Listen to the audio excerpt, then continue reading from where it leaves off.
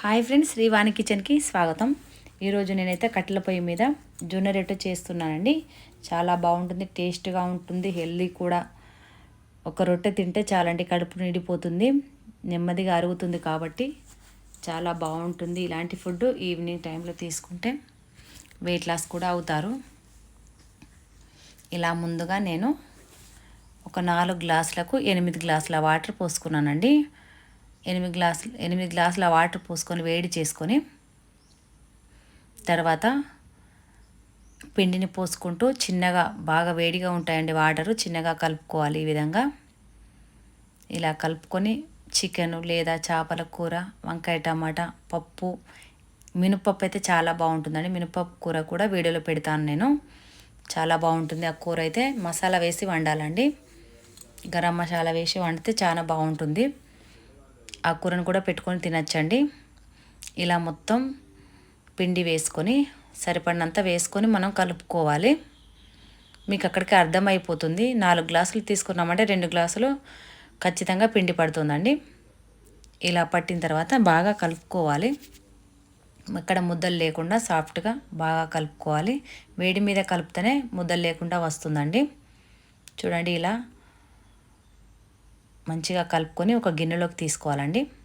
వేడిగా ఉన్నప్పుడే మనం వేరే గిన్నెలోకి తీసుకోవాలి. ఇలా తీసుకొని మనకి ఇట్లా పెట్టుకోగానే చల్లారిపోతుందండి కొంచెం. ఇలా చల్లారిపోయిన తర్వాత కొంచెం నీళ్ళ తడి అలాగే ఆయిల్ చేతికి రాసుకొని మంచిగా గట్టిగా మర్దన చేస్తూ పిసుక్కోవాలి. మనం ఎంతైతే పిండిని పిసుక్కుంటామో అంత బాగా వస్తుందండి చపాతీ, రొట్టె. ఇట్లా మంచిగా మెత్తగా అయ్యేంత వరకు మర్దన చేస్తూ పిసుకోవాలండి. చూడండి ఇలా. ఇప్పుడు నేను ఈ విధంగా చేసుకున్న తర్వాత దీంట్లో 2 భాగాలు చేసుకుంటున్నానండి.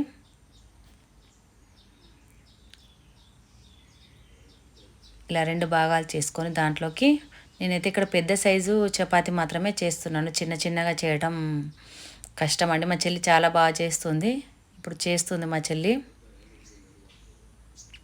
ఇలా ఒక పేపర్ని కట్ చేసుకొని ఒక పెద్ద పీట వేసుకొని కింద పౌడర్ వేసుకోవాలండి. తర్వాత కవర్ పెట్టుకోవాలి.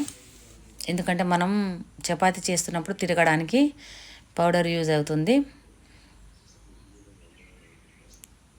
ఇలా మంచిగా కలుపుకొని ఒక పెద్ద సైజు ఉండని తీసుకోవాలండి.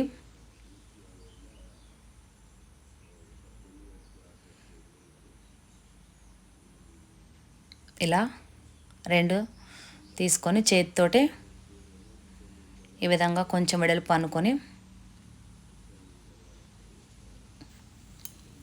ఇలా వెడల్పుగా చేసుకొని తర్వాత పీట మీద వేసి చేసుకోవాలి. ఫస్ట్ అయితే మీకు ఆయిల్తో వేసి చూపిస్తున్నాను. ఆయిల్తో చేస్తానండి. ఫస్ట్ ఇలా కవర్కి అంత ఆయిల్ రాసుకొని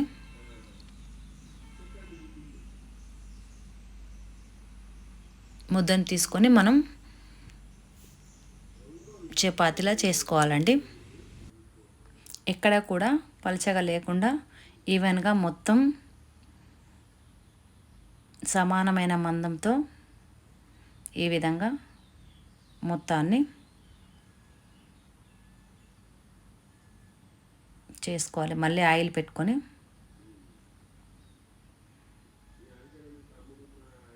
ఇలా ఆయిల్ పెట్టడం వల్ల మనకు తొందరగా ఊడేస్తుందండి.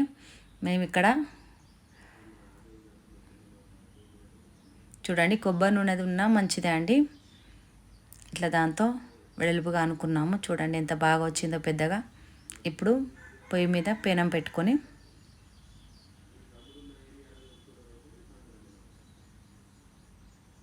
చపాతీ వేసుకోవాలండి.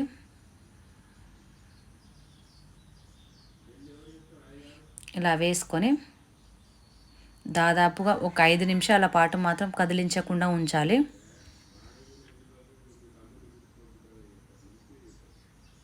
తర్వాత ఇంకొకటి చేద్దామండి. ఇప్పుడు ఇలా మళ్ళీ కవర్పై ఆయిల్ పెట్టుకొని అదే విధంగా మళ్ళీ చేసుకోవాలి.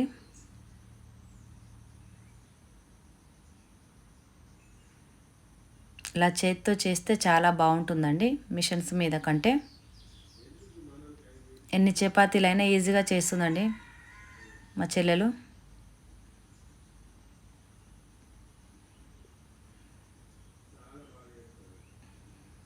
చాలా మంచిగా పొంగుతాయి, చాలా బాగా వస్తాయి. మందంగా ఉన్నా కూడా బాగా ఉడుకుతుందండి. ఇట్లా పిండి మనం ముందుగా వేడి నీళ్ళల్లో ఆ విధంగా పెట్టాం కాబట్టి పిండి మొత్తం అప్పుడే ఉడికిపోతుంది. చిన్నగా జస్ట్ వేడి చేసుకోవడం. ఇప్పుడు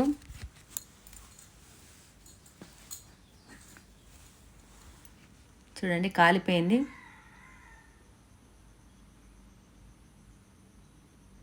తింపేసేసాము. మళ్ళీ ఇంకొక చపాతీని కూడా ఈ విధంగానే కాల్చుకోవాలండి.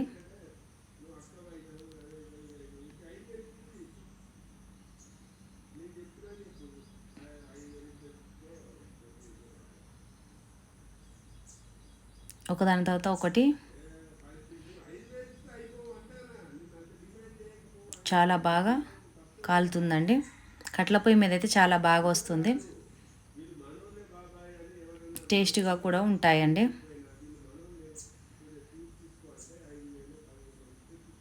ఇలా ఈ విధంగా అన్నీ కూడా చేసుకొని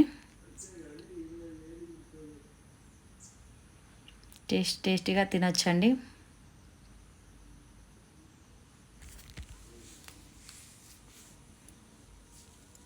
చూడండి ఎంత బాగా పొంగుతాయో, చాలా బాగా వస్తాయండి.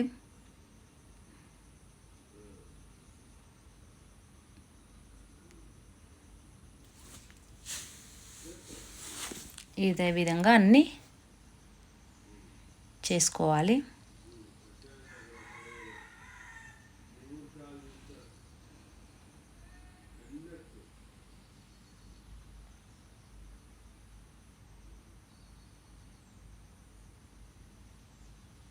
ఇప్పుడు మళ్ళీ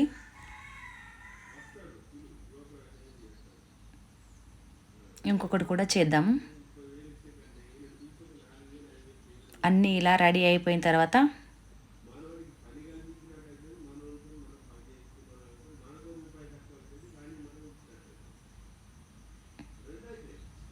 అన్నీ సర్వ్ చేసుకోవటమే. పిండితో చేసుకుంటే మాత్రం ఈ విధంగా గుడ్డ పెట్టుకొని తుడుచుకోవాలండి. ఎప్పటికప్పుడు తుడుచుకుంటే మాడు అనేది కింద రాకుండా చాలా బాగా వస్తాయి. ఇలా పిండితో చేసుకుందైతే చాలా పొంగుతుందండి.